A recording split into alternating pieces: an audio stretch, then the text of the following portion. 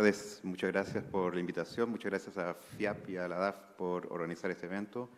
El tema que yo les voy a mencionar hoy día es las pensiones no contributivas, o sea, todo lo que ustedes como administradores de fondos de pensiones no tienen responsabilidad, sino que más bien son los programas sociales que son administrados por el Estado.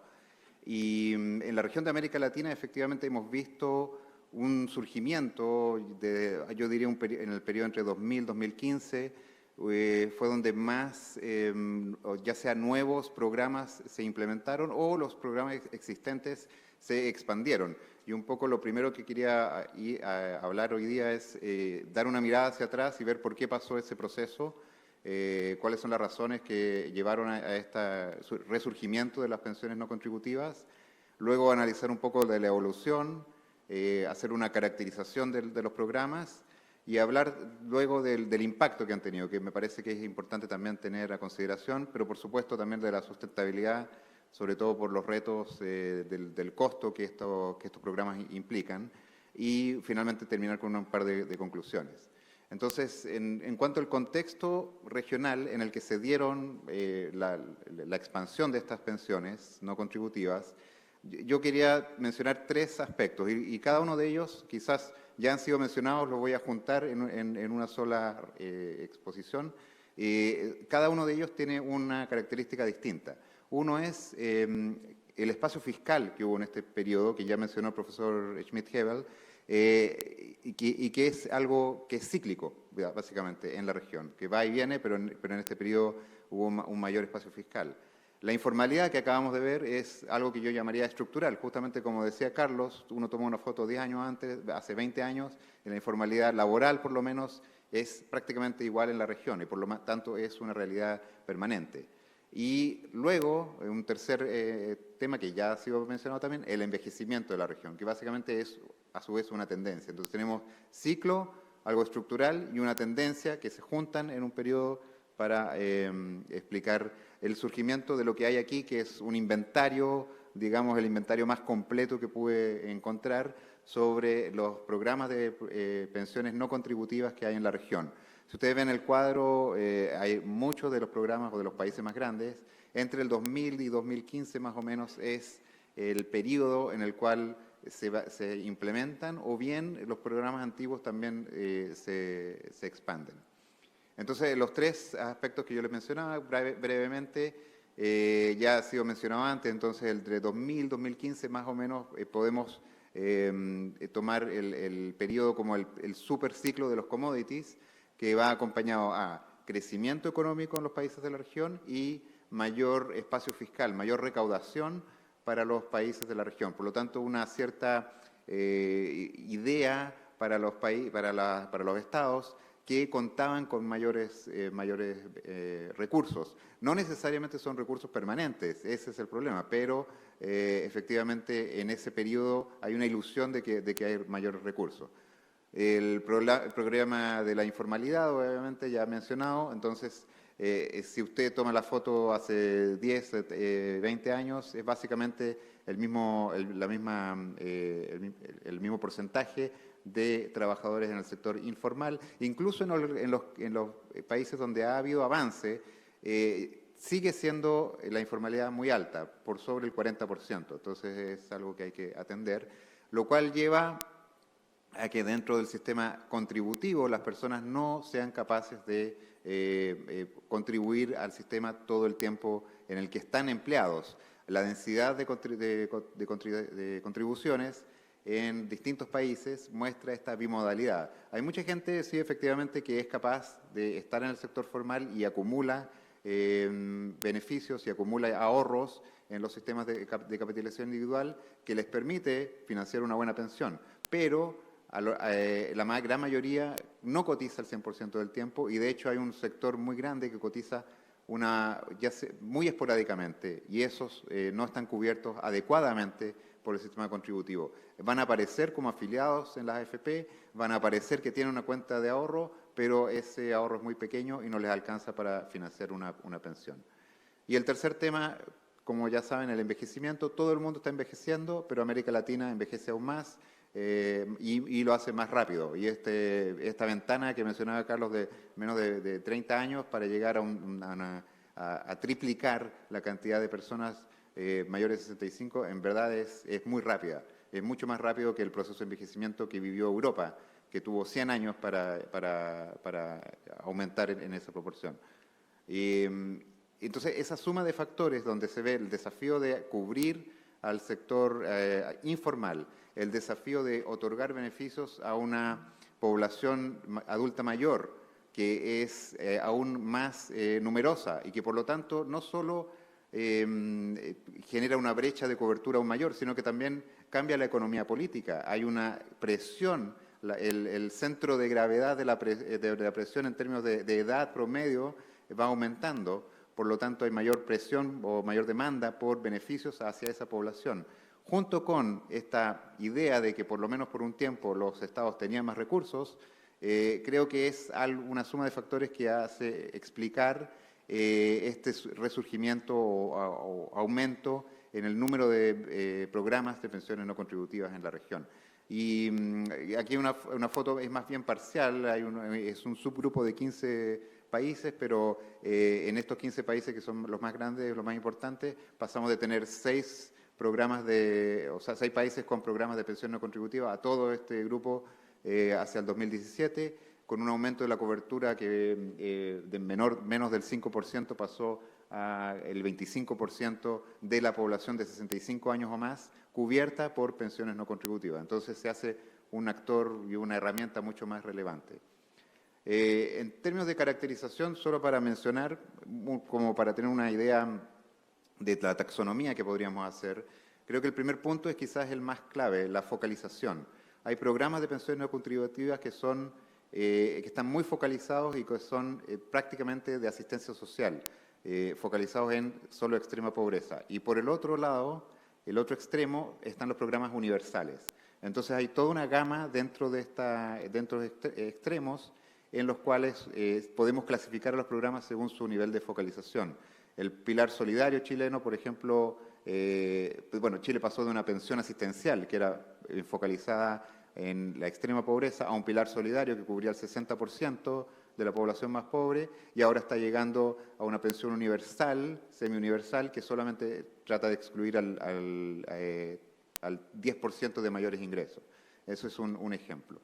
En cuanto al diseño, y aquí también es importante el monto. El monto de la pensión puede ser un monto muy pequeño e incluso menor que la canasta básica de alimentos, como para tratar de evitar o apoyar a las familias con adultos mayores que están en situación de pobreza, hasta montos que son casi equivalentes a la pensión mínima que obtendría una persona en el sector contributivo. Y eso es otro elemento que es clave para determinar cuál es el nivel de incentivos o desincentivos que estas pensiones no contributivas van a generar en el sector formal. En cuanto a criterios de elegibilidad, obviamente la edad, en algunos países parten 65, en otros países parten 75, entonces vemos cómo varían y cómo van cambiando esos criterios. Su integración institucional, si se quiere. En algunos países, yo diría hay 3 tipos. La pensión básica o la pensión social puede ser un programa independiente que solamente existe por sí mismo. Puede ser un programa integrado dentro de la asistencia social, donde dentro de los programas de asistencia social hay transferencias monetarias a familias con niños, a discapacitados y a adulto mayor, y es un subconjunto de la asistencia social, o un programa que está integrado con el régimen contributivo, como era la pensión, el Pilar Solidario en Chile, donde según el monto de la pensión contributiva se calcula un subsidio y un aporte solidario que complementa la pensión contributiva. Entonces tenemos esa categoría. Y en cuanto a financiamiento, también solo para mencionar, en general, están obviamente financiados por impuestos generales. En algunos casos puede ser impuestos específicos. Se ha mencionado mucho la idea de gravar el consumo o del impuesto al valor agregado, destinar un porcentaje a pagar pensiones, y eso sería un impuesto que le llamamos en inglés el earmark tax, que va directamente a un objetivo en particular. Y está el tema de Bolivia, lo menciono ahí solamente porque cuando se creó la pensión, el bono solidario que se llamaba, se creó a partir de los recursos captados por el gobierno en el proceso de privatización de empresas de hidrocarburos, creo que era. Y por lo tanto se generó un fondo, y con ese fondo se traspasó lo que el Estado captura como, o obtiene como beneficio de la privatización, y se traspasa al beneficio de pensión. Y es una alternativa también, pero en general están financiadas por impuestos generales.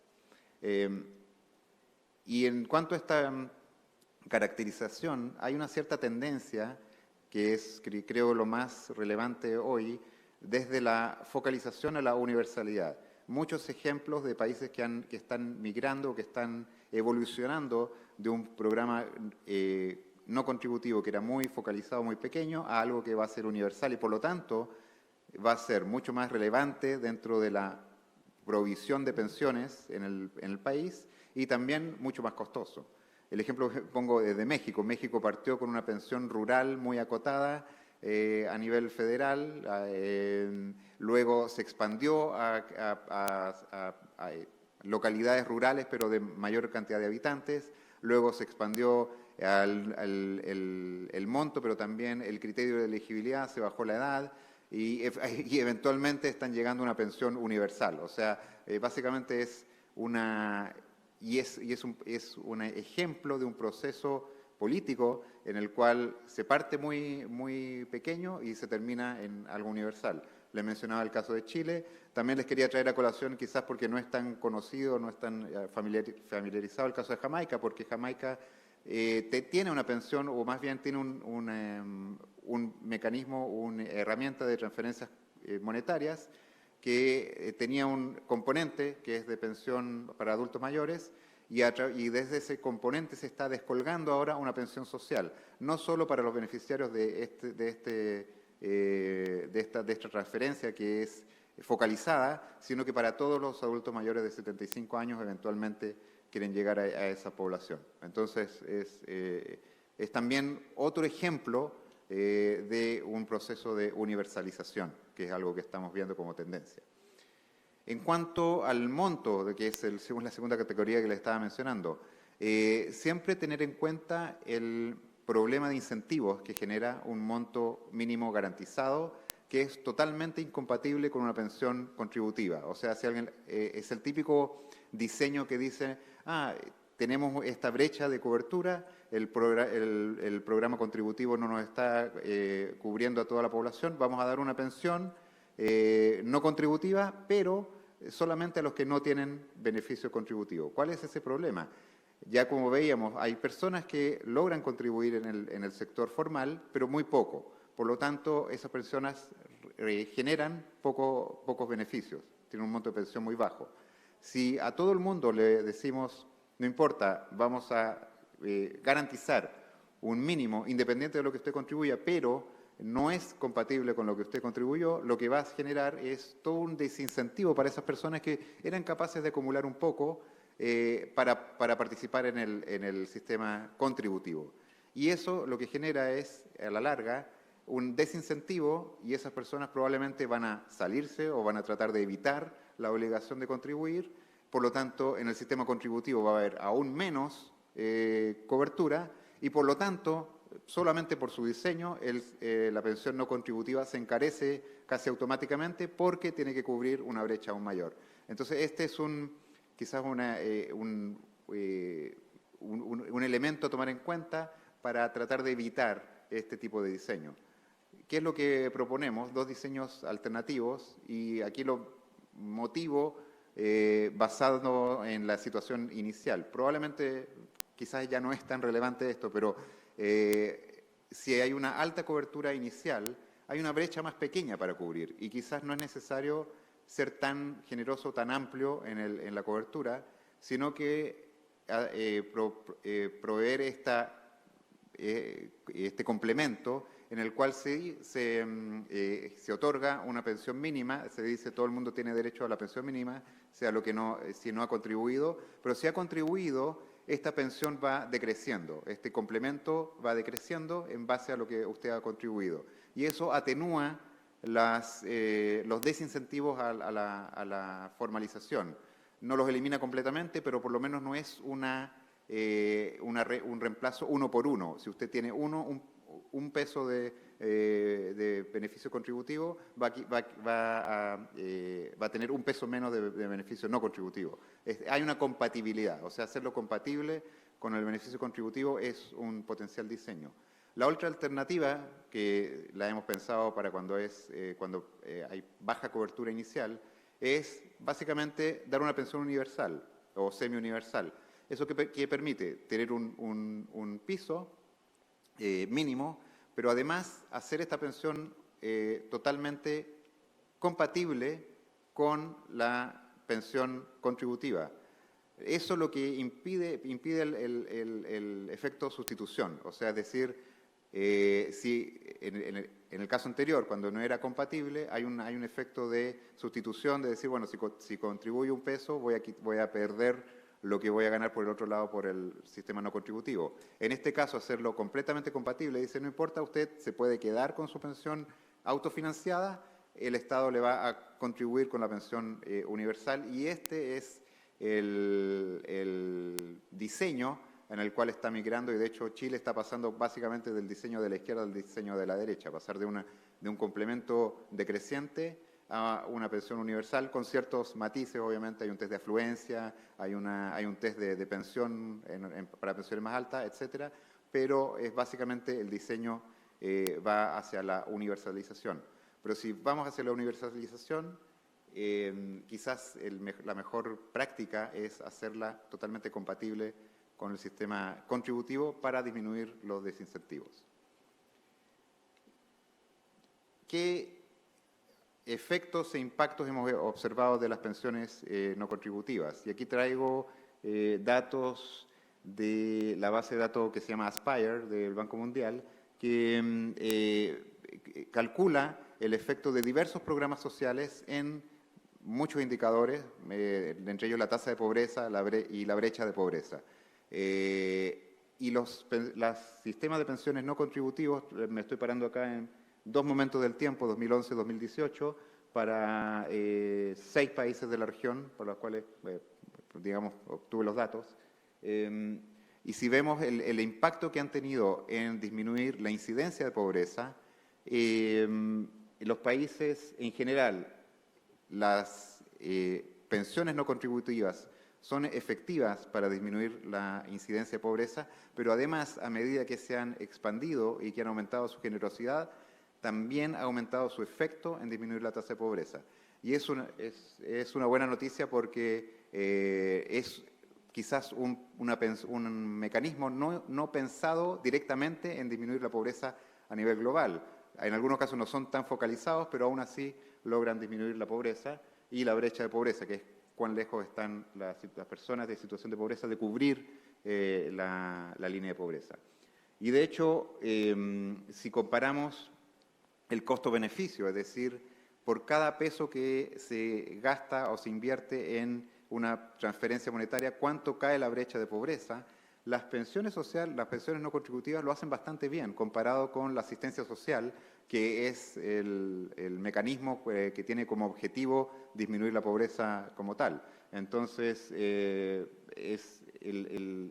por ejemplo, el caso de Bolivia, la renta de dignidad es tan importante que es casi el total de la asistencia social.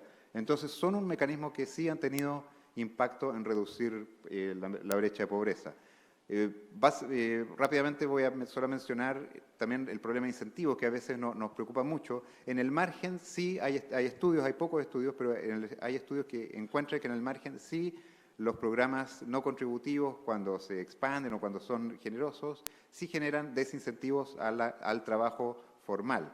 Ahora, estos estudios también encuentran efectos positivos en la salud, en la satisfacción con la calidad de vida, en la independencia de los adultos mayores. Entonces hay beneficios y hay costos, y hay que ver, es una decisión de política, digamos, de cómo balancear estos elementos. Los costos obviamente han aumentado como porcentaje del PIB, 0,4% tengo ahí hace algunos años el costo, pero básicamente lo importante acá es ver la tendencia del aumento de costo de las pensiones no contributivas por la expansión que han tenido. Y acá lo que quería mencionar es haciendo un ejercicio como para ver la sostenibilidad financiera. Tenemos, obviamente, la tendencia del envejecimiento, por lo tanto, intuitivamente uno piensa los costos de estos programas van a aumentar porque tienen que cubrir a más personas. Pero además está el tema de la universalización. El ejercicio que yo hago acá es tomar 4 países y hacer como un stress test. Estos no son necesariamente los costos que van a tener los programas no contributivos de estos países, pero son una estimación del costo que tendrían si estos programas fueran universales en la población objetivo a la cual están diseñados. Y, por ejemplo, el caso creo que el de mayor costo es de Argentina.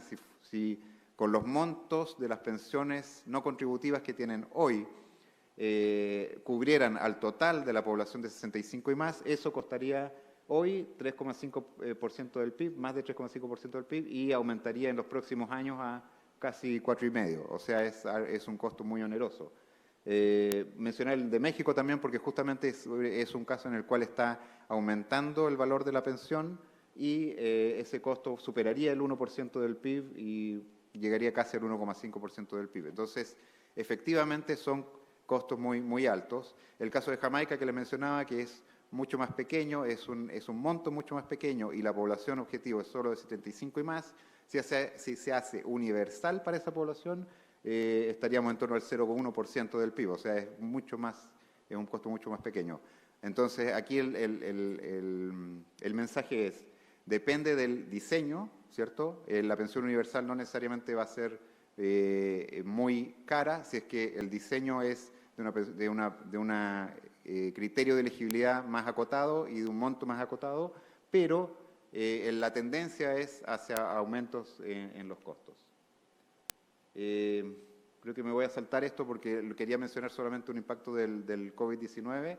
Solo 2 mensajes. Uno es, no hay un efecto significativo que nosotros estemos viendo hoy en el gasto porque las ayudas sociales se enfocaron en la población en edad de trabajar, más que en la población adulta mayor, pero sí hay un estudio muy interesante que, por ejemplo, para Bolivia, que es un sistema bastante expandido y bastante generoso, el hecho de tener una pensión no contributiva logró que la población pudiera absorber los shocks del COVID-19 de mucho mejor manera. Evitó caídas en el consumo, amortiguó básicamente el impacto de la pandemia. Y eso también es algo que es valorable.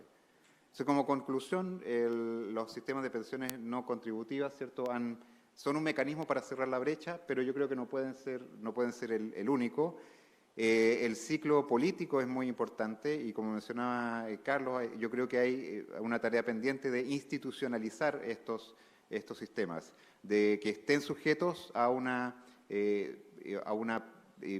proyección de costos de largo plazo tal que le haga más difícil el aumento de costos que sea muy importante o muy oneroso para el Estado y, por lo tanto, mejoren la sustentabilidad. Y por supuesto, no son el único mecanismo, tienen que estar complementados con otros, como vamos a ver en las siguientes presentaciones, para cubrir al sector informal y para, digamos, también estar en conjunción con el sistema contributivo. No pueden estar por separado, justamente por la expansión que han tenido. Son tan importantes los programas no contributivos hoy día que ya no pueden ser independientes, tienen que estar muy bien complementados con el sistema contributivo y con sistemas voluntarios. Muchas gracias.